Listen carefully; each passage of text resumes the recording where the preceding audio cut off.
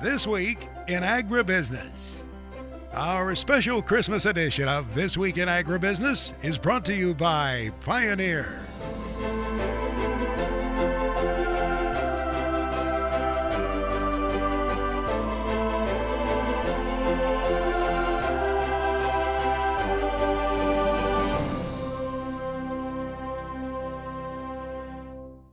Hello, everyone. Welcome to this weekend's edition of This Week in Agribusiness. And yes, it's a different setting than you're accustomed to. It's a little different for us with our special Christmas show. Mr. Samuelson, year after year, you've helped spread holiday cheer with this broadcast, and we've done it from a number of different locations, haven't we? We have done it from quite a few different churches because we did 2 or 3 or 4 in Wisconsin. We did some in Illinois. I think we did one in Nebraska, as I recall, and every one of them different, but very, very suited to the season. As we recall going to those churches, those congregations put a lot of effort into their Christmas programs. The choirs practiced for many, many weeks ahead of the arrival of ORION, Samuelson, and the crew. And always delivered a great musical Christmas show that we could enjoy with their choirs and the concerts and so on. And I had the opportunity to host the show for Christmas at our church in Huntley, Illinois, and they still ask about it and still talk about it. That country church is such an important location, and you know, many have struggled, of course, in this year of the pandemic. It has been a real challenge, even in rural communities away from the big cities. Well, the county fairs and the state fairs that lost so much attendance and business in those communities, and the churches that we were able to feature across the country, and still get comments from people at the churches that we featured on This Week in Agribusiness. Did that for many, many years, by all means. Yes, we started, I think, in the early 60s because I grew up in a small country church, 60 members. And, you know, for me, it was the spiritual and the social center of activity. And so I decided they don't get much attention beyond their congregation. So whatever the year was we started, it was to every week feature a country church.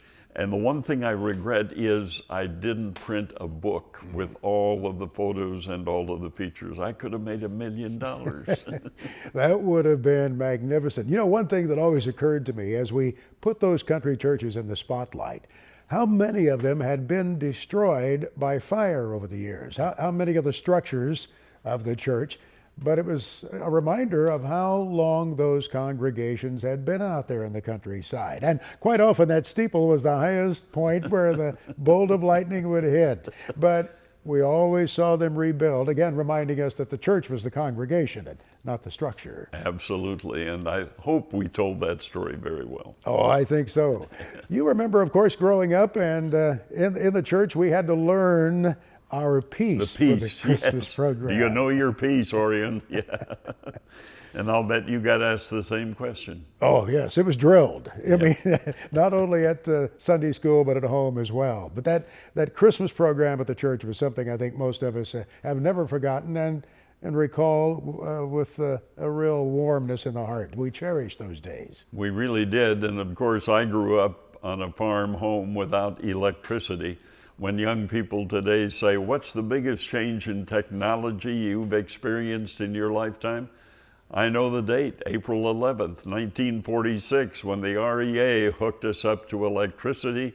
I could hit a switch at the bottom of the stairway and my bedroom on the second floor would light up, and had a milking machine and a refrigerator, and my mother threw the hot irons away that used to sit on top of the stove.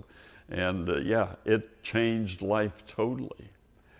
I think that's one thing we'll talk about a little bit later in this broadcast. The lights of Christmas, they're so noticeable out in rural areas. You know, there's all of the light pollution of the big cities, of course, understandably, from the street lights and the lights of the billboards. But you get into rural areas And the lights of Christmas are visible in many instances for miles and miles.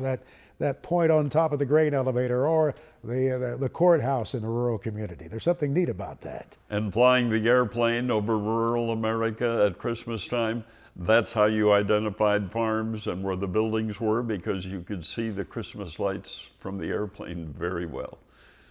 You flew that plane, you went into many communities you wouldn't have had the chance to otherwise. And one thing I noticed when you visited these country churches, it was so obvious to me that they welcomed you so warmly. It was a special event in many of those towns to have ORION Samuelson and the crew come to town. Even our crew watched their language a little bit, Orion. Yeah, I they noticed did. that. Which was good. I was glad to see that. But yes, I'm overwhelmed now with the mail that I'm getting on finally wrapping it up after 60 years. But yeah, they take you as a member of the family. And we'd go to visit the farms and so on. They'd invite us in for an apple pie and a cup of coffee and have a good old-fashioned visit. Isn't that something you've enjoyed most over your career, that personal contact with farmers and ranchers? And it's been a struggle, obviously, this year for us because we've not been able to be in quite the close contact that we've always enjoyed and appreciated. But think of all of the homes into which you have been welcomed as if you were a member of the family. Oh, indeed. I think they considered me a member of the family because they'd call their neighbors to come in and have a cup of coffee. I think, you know, just to see you or to see me rather than sell us a cup of coffee. Traveling down the road one time, the headlights went out on our vehicle, and my wife said, "What are we going to do now?" It was about 10 o'clock at night.